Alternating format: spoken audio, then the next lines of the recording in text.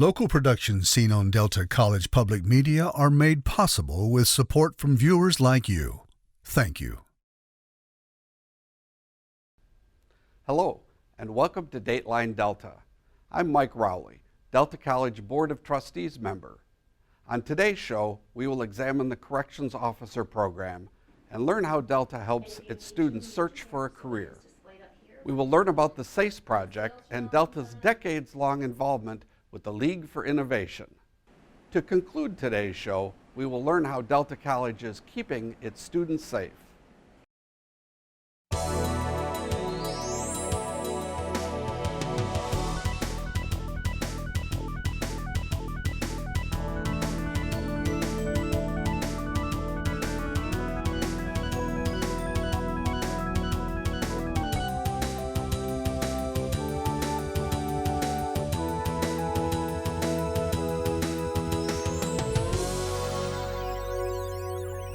Michigan community colleges are currently offering classes to become a Michigan Corrections Officer. Current state law requires state corrections officers to complete 15 college credits for employment. We spoke with Michelle Whitaker, Associate Professor of Criminal Justice, to hear more about this program.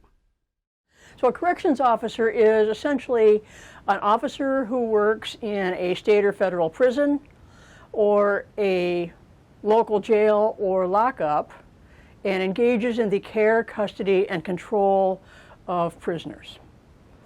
There's a huge need for corrections officers right now at both the federal, the state, and the local level. What we're seeing now is massive retirements from people who were hired 20, 25 years ago, and now they're reaching retirement age and starting to want to retire. And what you've got is a whole bunch of people that were hired all at once within, the span of 5 or 10 years, and they're all retiring now. So everybody needs corrections officers, and it's a great opportunity with lots of opportunities for advancement, for promotions, and even for lateral moves. Another great thing for working for Michigan Department of Corrections is the starting pay while you are a trainee in the academy is $20.08 an hour plus full benefits. And that steps up to over $30 an hour. So why not become a corrections officer? Some people wonder if they need to be super physically fit and very strong and large to be a corrections officer, and seriously, nothing could be further from the truth. And for a number of reasons. First, that most of the time we resolve our problems with communication. We talk to people, we de-escalate them, we make them feel better verbally. Secondly, one of the neat things about corrections, even though we don't have any weapons, we have really, really fast backup. Like within 10 or 15 seconds, you're going to have 2 or 3 people at your side to help you out with whatever situation you've got going on. The standards for being a corrections officer, because of the fast backup and because of how we de-escalate things by communication, are lower than you would find for, say, a police academy. Police officers might be out in the middle of nowhere with no backup coming for 45 minutes or an hour, and they need to be in super good shape to handle their situation. In corrections, we've got backup. Prior to being hired, you must pass a Department of Corrections PT test, and I know that the Jail Academy for local jails also has some physical fitness requirements. There are 10 events in the Michigan Department of Corrections PT test, but most people don't really have any big trouble passing these. To be eligible to be hired by Michigan Department of Corrections and most jails, you're going to need to be 18 years of age. You're going to need to have a high school diploma or the equivalent. You must pass the physical fitness test, a drug screen, and an interview. And you must have completed 15 college credits in any field, although corrections or criminal justice would be a lot better. Any field, either prior to being hired or Department of Corrections can hire you and give you up to 24 months to get those credits. If you were hired by Department of Corrections and you did not have your 15 credits yet, Michigan Community College Association has this really cool grant that will pay for up to 15 college credits for any corrections officer to take, provided that they complete those credits within the 24-month period that Department of Corrections requires. Also, people might not know, there's another program out there called the Michigan Reconnect that enables students who are 25 and older who do not have college degrees to earn a college degree and have that paid for. One of the really cool things about Delta College is everybody that we hire to teach in the criminal justice field, corrections, criminal justice, security, has hands-on experience. They worked that job in some capacity, in some way, shape, or form before coming to us to teach. One of the requirements that we have even for our part-time faculty is that they have at least 3 years of full-time experience on the job. So that enables us to bring to life some of the perhaps dry book material, book learning. We can spice things up with stories from the field. I think what sets Delta's program above other community colleges is, as I mentioned before, the hands-on experience of all of our instructors. But another thing that has made Delta really significant through the ages is its small class size. Whether we're in the classroom or online, we keep our class sizes small so that the instructor can give students the personal attention that they need. If you'd like more information about working for Michigan Department of Corrections, I would recommend going to the Michigan Department of Corrections website, Google search www.michigan.gov/corrections, or contact me directly via email, and that email is emwhitak@delta.edu. Choosing the right career can be a tough decision. At Delta College, you will find the services you need to help figure it out. The advisors in the Career Development Office are ready to get you on the path to reaching your career goals. We spoke with John Huroff, Associate Director of Career Advising, to learn more about this service. Career development is a process of helping students that come into school. Their obvious goal is to come out and find a career that makes them happy, that they're satisfied with. And if they're coming to school just taking classes for the sake of taking classes, and kind of get them bogged down, and a lot of times they get lost in the process. Our goal is to really involve career as part of the process all the way through, from when they first come in and they're choosing what program they want, as they're progressing through, and get them some help in learning more about themselves, learning more about their style, helping them look for jobs that will fit for them. So it's kind of it's an overall process that we want to integrate throughout the whole time that students are here at Delta. When a student comes in to use their services, probably the best way for them to do that is through the website. The easiest way to find it is to search on Delta's website for career development, and that'll take you to our webpage. And on that page, if you want one-to-one time with somebody, you can just make an appointment. There's a button there you can click and make an appointment. And then they'll walk you through some of the different tools that they have. Or there's a lot of self-paced tools that people can use to find a career, to find what fits best for them, to look for careers, even to practice interviewing skills and help with writing resumes, getting feedback on those kinds of things. So there's a lot of different resources available. One way to research the job market is from that career development page that we have. There's some tools in there to help you do that. There's Career Coach, and then there's Focus 2. And even within both of those, as you get down in there, they'll show you several different careers that are out there. And then you can click on them to see what kind of background you need, how much education you need, how much they pay, what the potential growth is. So there's a lot of tools within those to search for different careers that you might be interested in. And then you can go from there to do a little bit more research on your own, or work with somebody here to kind of help you narrow that down.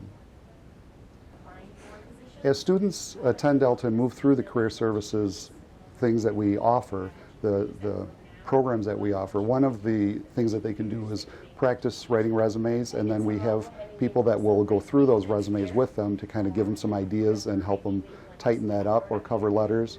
We also have interview processes. There's one of the programs that we offer is called Big Interview. And with that, you sign in as a student, and it's free for the students. You can actually practice interviews, recording yourself. You'll see a person giving the interview question.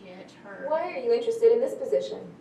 They'll ask a question, you record yourself, and then you can watch it back to kind of see how it is. You can self-rate it. You can also share that with your teacher or a colleague another student, whoever, and they can rate you on that. And they have an AI rating too, where it'll check your eye contact, it'll check different things that way. So then you can go through and kind of get through some of the jitters of tough questions, but also evaluate yourself and redo it and see how you can answer that question better. So there's actual interview help that you can get too.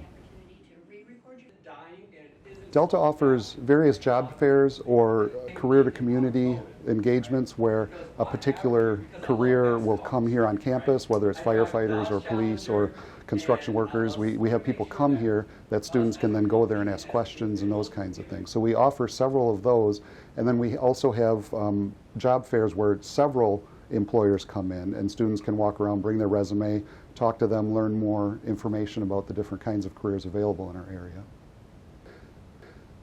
At Delta, we realize that the reason people come to school is so they can end up with a career that they really enjoy and that's fulfilling to them.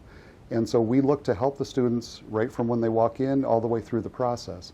And that's a continual growing process that we're having, but we're moving more and more toward meeting the students' needs all along their educational path as they're here at Delta.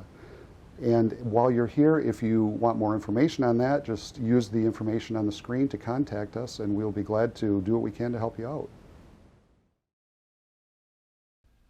At Delta College, one of our goals is to keep a student engaged in an extracurricular event outside of their classwork, which gives the student a well-rounded college experience. We spoke to Allison Ginter, coordinator of campus life and student engagement, to learn more about this effort. SACE stands for Student and Civic Engagement. We run a lot of the engagement activities that are happening outside of the classroom on campus. So I oversee in my position intramurals. So we do dodgeball tournaments, kickball tournaments, some basketball, different extracurriculars. We also do campus life activities. Those can range from educational opportunities based off of Heritage Months and things like that. We also do a lot around food. So if there's a day that's a celebration of a food day, we usually are doing something like that on campus as well. So campus life is really just those like fun things that are filler activities in between classes. We have 50 plus groups on campus right now. Student engagement outside of the classroom is very important. This is where a lot of students create relationships. We have students that are looking for activities outside of their classroom. Those leadership development pieces really help students get ready to start careers and become active community members as well. We know that there is information based off of engagement outside of the classroom, that students that are more engaged outside of the classroom are more likely to stay in school, graduate from school, and be more successful. All of our groups are open to everyone on campus. So if you're looking at going into dental hygiene, there's a club for you. If you're interested in Marvel, I have a student that just started a Marvel group. Esports is it's a video gaming club where students come and video game with us. But yeah, there's really anything for anyone. And if there is not something that a student is interested in, it's very easy to start a new program as well. Civically engaged is when we're thinking of that with our student and civic engagement. For an example, our alternative break program is coming back next year. We had a few years where we haven't been running that because of COVID, but that's an entire program that is based off of volunteerism. So our group works together to fundraise, to go somewhere on spring break, to give back to another community. Student and civic engagement is a place where students can come, they can get connected, they can create relationships. They're a more well-rounded student because they're doing those engagement activities outside of the classroom as well. Our office also works quite extensively with faculty members as well. So we're all interconnected.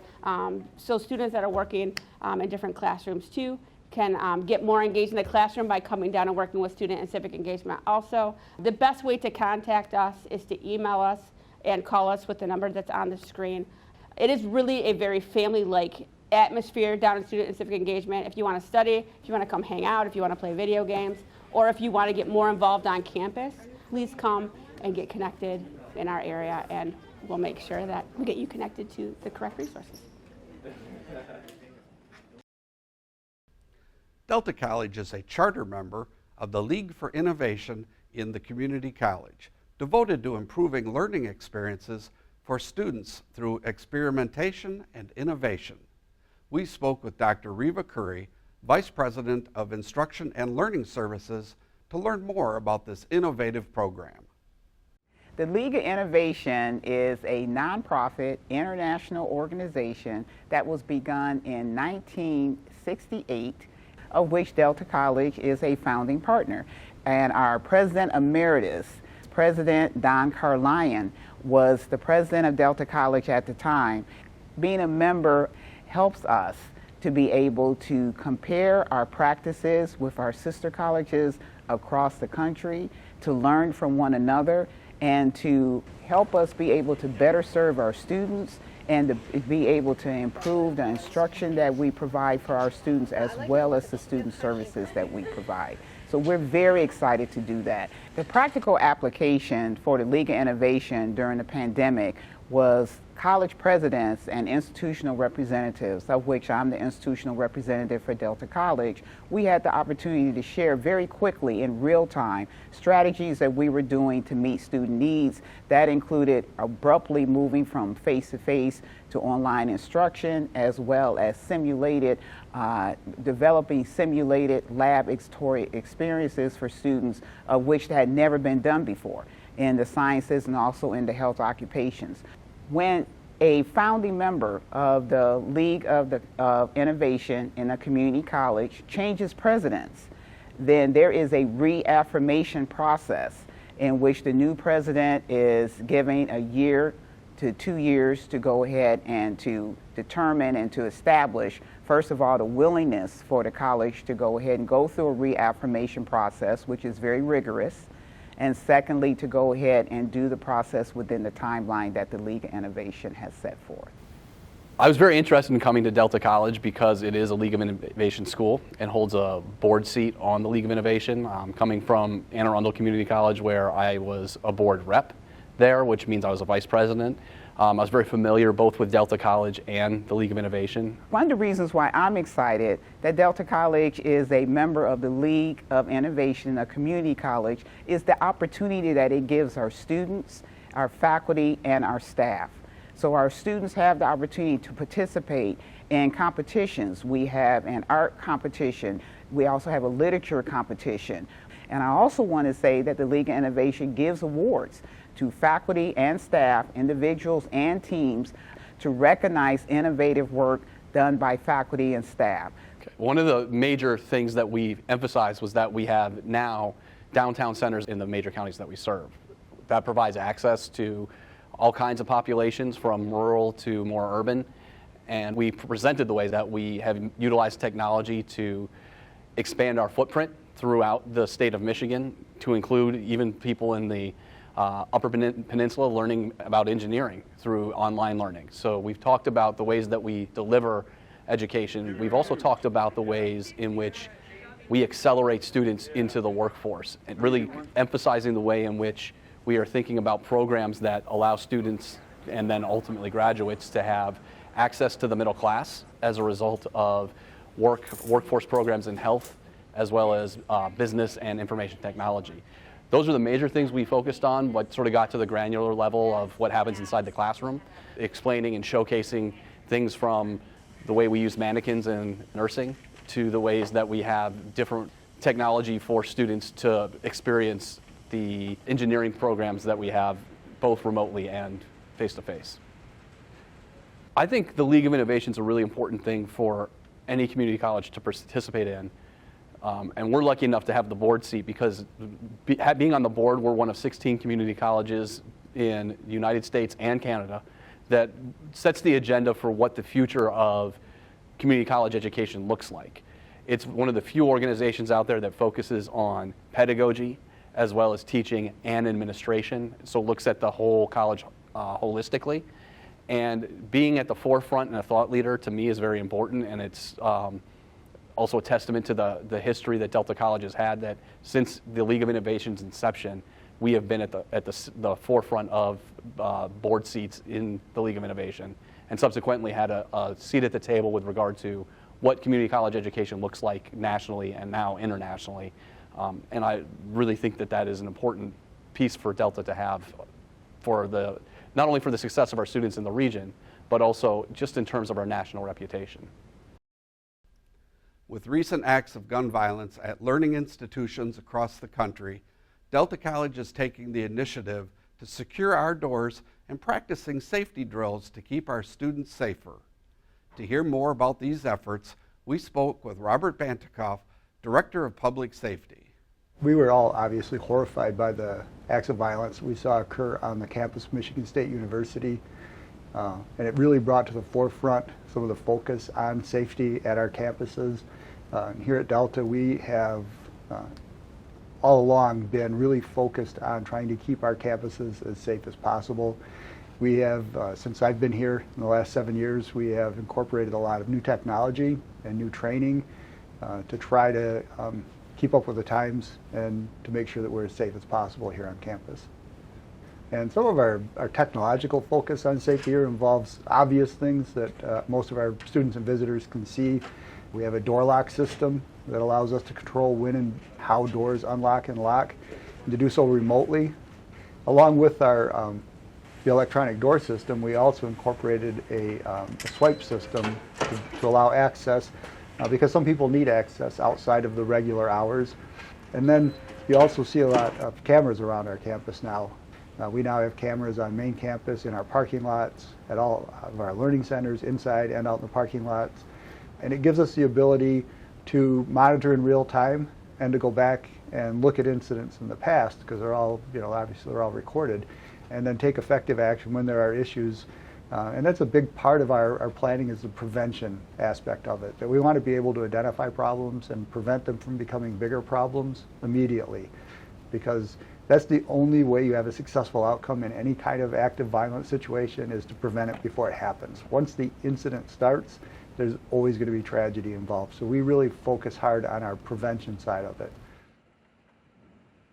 And we have an emergency procedures committee here at Delta College. They meet on a regular basis, review our emergency procedures manual, and then we try to drill towards those emergencies. And some of them are very obvious drills. We have our fire drills that we do every fall and winter semester.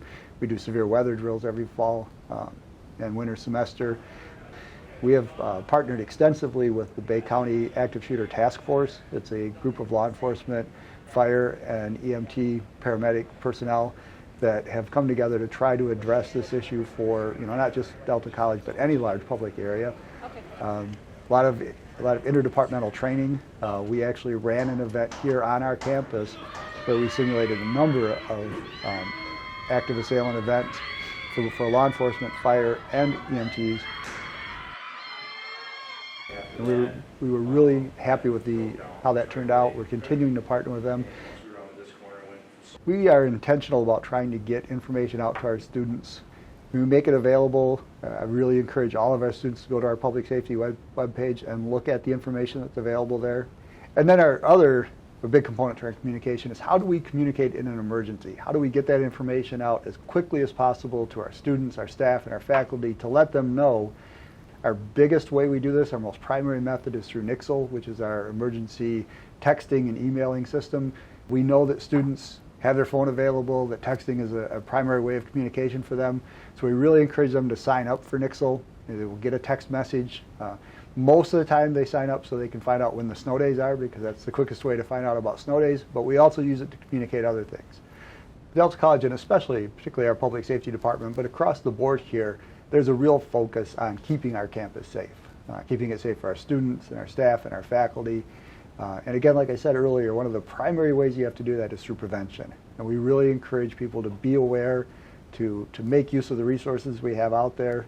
Go to our website, look at our emergency procedures. And then the other important component is, let us know if there's an issue. If there's a problem, if you have a suspicion, if there's a worry or concern. We have ways to do that online. You can submit a report that says you have a concern. You can contact public safety at any time. And one of the advantages we have about having a police department right here on campus is we have the ability to respond to things that maybe a municipal department just doesn't have the resources to respond to. So we really encourage everyone, our students, staff, and faculty, if you see anything that concerns you at all, let us know about it. Because as I said before, the only good outcome for these kind of situations is if we can prevent them before they happen. I want to thank Mr. Bantikoff and his staff for pursuing safety here at Delta College. Now let's see what's on the Dateline Delta calendar of events. The Delta College Planetarium will be hosting a series of shows during the month of April. For more information about these shows and events happening at the planetarium, visit their website at delta.edu/planetarium. The Delta College Fitness and Recreation Center will be hosting a Splish Splash Egg Dash on Friday, April 7th from 2 till 4 p.m. Children aged 1 through 14 can participate. Pre-registration is required and space is limited. There will be a FAFSA completion workshop on Monday, April 10th from 5 till 7 p.m. in room A135 on Delta's main campus. For a listing of items to bring, please contact the Financial Aid Department at 989-686-9080. Fan Forum Families Against Narcotics will be providing an informational session on ending the opioid epidemic. The event will take place on Thursday, April 13th from 6 till 8:30 p.m. in room N007. For further information on these events or other campus activities, contact the Office of Marketing and Public Information at 989-686-9490 or visit our website at delta.edu. Well, that's the end of our show. Please join us again on April 30th when we will highlight what is happening here at Delta College, one of America's leading community colleges. For Dateline Delta, I'm Mike Rowley. Thanks for watching.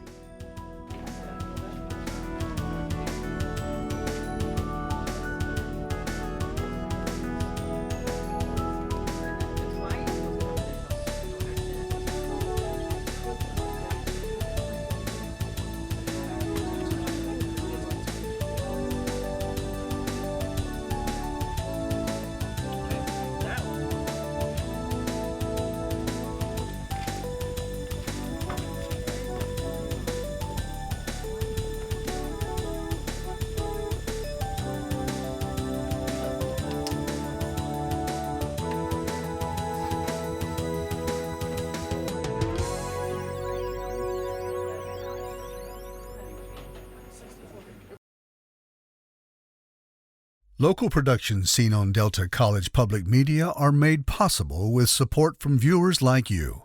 Thank you.